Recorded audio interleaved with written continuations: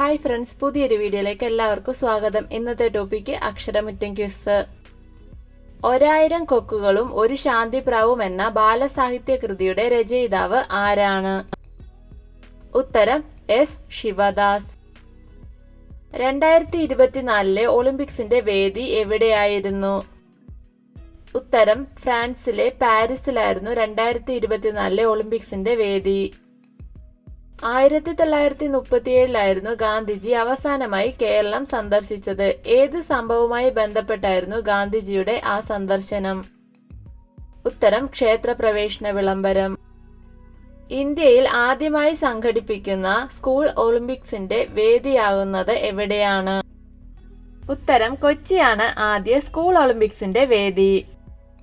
2024 വനിതാ Asia cup വിജയിച്ചത് ഏത് രാജ്യമാണ്?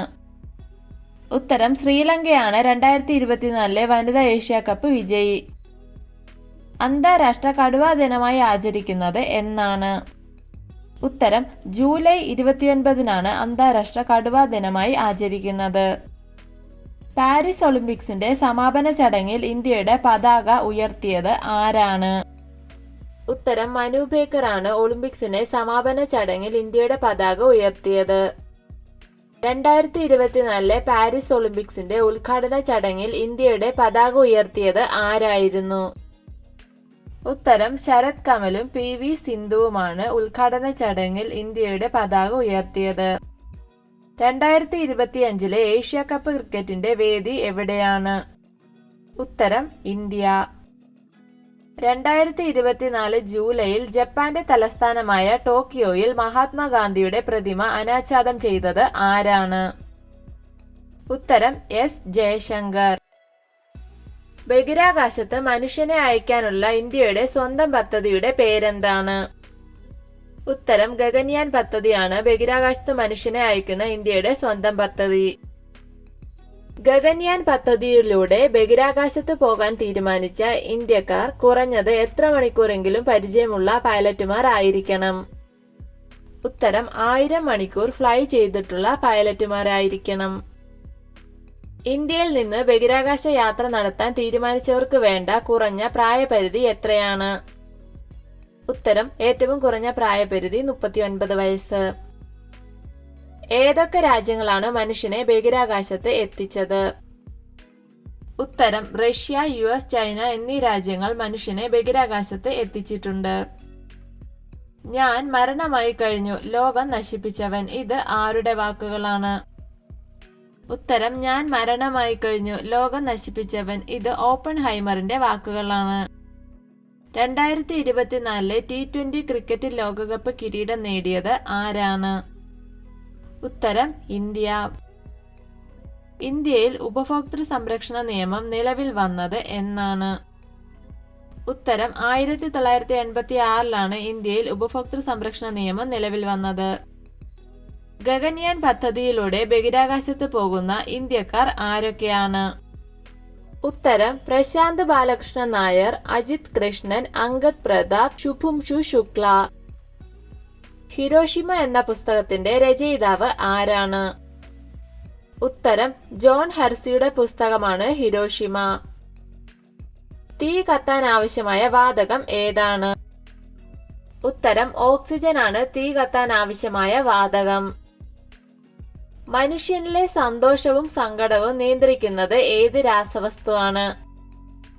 ഉത്തരം സിറോട്ടോണിൻ എന്ന രാസവസ്തുവാണ് മനുഷ്യനിലെ സന്തോഷവും സങ്കടവും നിയന്ത്രിക്കുന്നത്. ക്രൈസ്തവ കാളിദാസൻ എന്ന അപരനാമത്തിൽ അറിയപ്പെട്ടിരുന്നത് ആരാണ്? ഉത്തരം കട്ടക്കയം ചെറിയാൻ മാപ്പിളയാണ് ക്രൈസ്തവ കാളിദാസൻ എന്ന് അറിയപ്പെട്ടിരുന്നത്. മനുഷ്യന്റെ ചിരിക്ക് പിന്നിലെ രാസവസ്തു ഏതാണ്? ഉത്തരം ഡോപ്പമിൻ ആണ് മനുഷ്യന്റെ ചിരിക്ക് പിന്നിലെ രാസവസ്തു.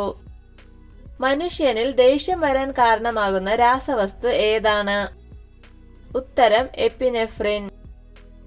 2024 ലോകസുന്ദരി കിരീടം നേടിയത് ആരാണ്? ഉത്തരം ക്രിസ്റ്റീന പിസ്കോവയാണ് 2024 ലോകസുന്ദരി. കേദാർനാഥ് ക്ഷേത്രം സ്ഥിതി ചെയ്യുന്നത് ഏത് സംസ്ഥാനത്താണ്? ഉത്തരം ഉത്തരാഖണ്ഡിലാണ് കേദാർനാഥ് ക്ഷേത്രം. എത്ര മാസത്തെ കഠിന പരിശീലനത്തിനു ശേഷമാണ് ഗഗൻയാൻ ദൗത്യത്തിലെ ബഹിരാകാശ യാത്രികർ തിരിച്ച് ഇന്ത്യയിൽ എത്തിയത്? ഉത്തരം 13 മാസത്തെ കഠിന പരിശീലനത്തിനു ശേഷം. 31-ാം വയസ്സിൽ ഏതോ രോഗം പിടിച്ച് ബധിരനായ കവി ആരാണ്? ഉത്തരം വള്ളത്തോൾ നാരായണമേനോനാണ് 31-ാം വയസ്സിൽ ഏതോ രോഗം പിടിച്ച് ബധിരനായ കവി. ഹൈഡ്രജൻ ബോംബിന്റെ പിതാവ് എന്നറിയപ്പെടുന്നത് ആരാണ്?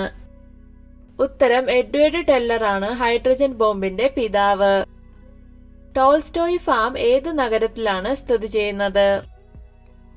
ഉത്തരം ജോഹന്നാസ്ബർഗിലാണ് ടോൾസ്റ്റോയ് ഫാം സ്ഥിതി ചെയ്യുന്നത്.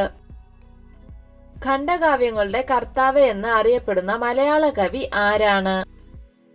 ഉത്തരം വള്ളത്തോൾ നാരായണമേനോനാണ് ഖണ്ഡകാവ്യങ്ങളുടെ കർത്താവ് എന്ന് അറിയപ്പെടുന്നത്. 2024 ഇറാസ്മസ് പ്രൈസ് നേടിയ ഇന്ത്യൻ എഴുത്തുകാരൻ ആരാണ്? ഉത്തരം അമിതാവ് ഘോഷ്. ശാസ്ത്രലോകത്തെ ഇന്ത്യയുടെ അഭിമാനമായ ചന്ദ്രയാൻ 3 വിക്ഷേപിച്ചത് എന്നാണ്? ഉത്തരം 2023 ജൂലൈ 14. 2024 ഓസ്കാർ അവാർഡിൽ ഏറ്റവും കൂടുതൽ പുരസ്കാരങ്ങൾ ലഭിച്ച ചലച്ചിത്രം ഏതാണ്? ഉത്തരം ഓപ്പൺഹൈമർ എന്ന ചിത്രത്തിനാണ് 2023 ഓസ്കാറിൽ ഏറ്റവും കൂടുതൽ പുരസ്കാരങ്ങൾ ലഭിച്ചത്. രണ്ടാം ലോകമഹായുദ്ധത്തിൽ അവസാനം കീഴടങ്ങിയ രാജ്യം ഏതാണ്? ഉത്തരം ജപ്പാൻ. ആസിഫ് അലി സർദാരി ഏത് രാജ്യത്തിന്റെ 14ാമത് പ്രസിഡന്റായാണ് തെരഞ്ഞെടുക്കപ്പെട്ടത്? ഉത്തരം പാകിസ്ഥാന്റെ 14ാമത് പ്രസിഡന്റാണ് ആസിഫ് അലി സർദാരി. പാവങ്ങളുടെ പടത്തലവൻ എന്നറിയപ്പെടുന്ന നേതാവ് ആരാണ്? ഉത്തരം AK ഗോപാലനാണ് പാവങ്ങളുടെ പടത്തലവൻ എന്ന് അറിയപ്പെടുന്ന നേതാവ്. കേരളത്തിലെ ഏറ്റവും ജനസാന്ദ്രതയുള്ള നഗരം ഏതാണ്? ഉത്തരം തിരുവനന്തപുരം. 2024 വനിതാ പ്രീമിയർ ലീഗ് കിരീടം നേടിയത് ഏത് ടീമാണ്? ഉത്തരം റോയൽ ചലഞ്ചേഴ്സ് ബാംഗ്ലൂരാണ് 2024 വനിതാ പ്രീമിയർ ലീഗ് കിരീടം നേടിയത്. നാറ്റോ സുരക്ഷാ സഖ്യത്തിലെ 31ാമത്തെ അംഗമായത് ഏത് രാജ്യമാണ്? ഉത്തരം ഫിൻലാൻഡ്. ഇന്ത്യൻ ഭരണഘടനയുടെ ആമുഖത്തിന്റെ ശില്പി എന്നറിയപ്പെടുന്നത് ആരാണ്? ഉത്തരം ജവഹർലാൽ നെഹ്റു ആണ് ഇന്ത്യൻ ഭരണഘടനയുടെ ആമുഖത്തിന്റെ ശില്പി. ഇന്ത്യയിൽ സാഹിത്യ അക്കാദമി അവാർഡ് എത്ര ഭാഷകളിലാണ് നൽകുന്നത്? ഉത്തരം 24 ഇന്ത്യൻ ഭാഷകളിൽ. ജപ്പാനിലെ നാഗസാക്കിയിൽ ബോംബ് വർഷിച്ച വിമാനത്തിന്റെ പേരെന്താണ്?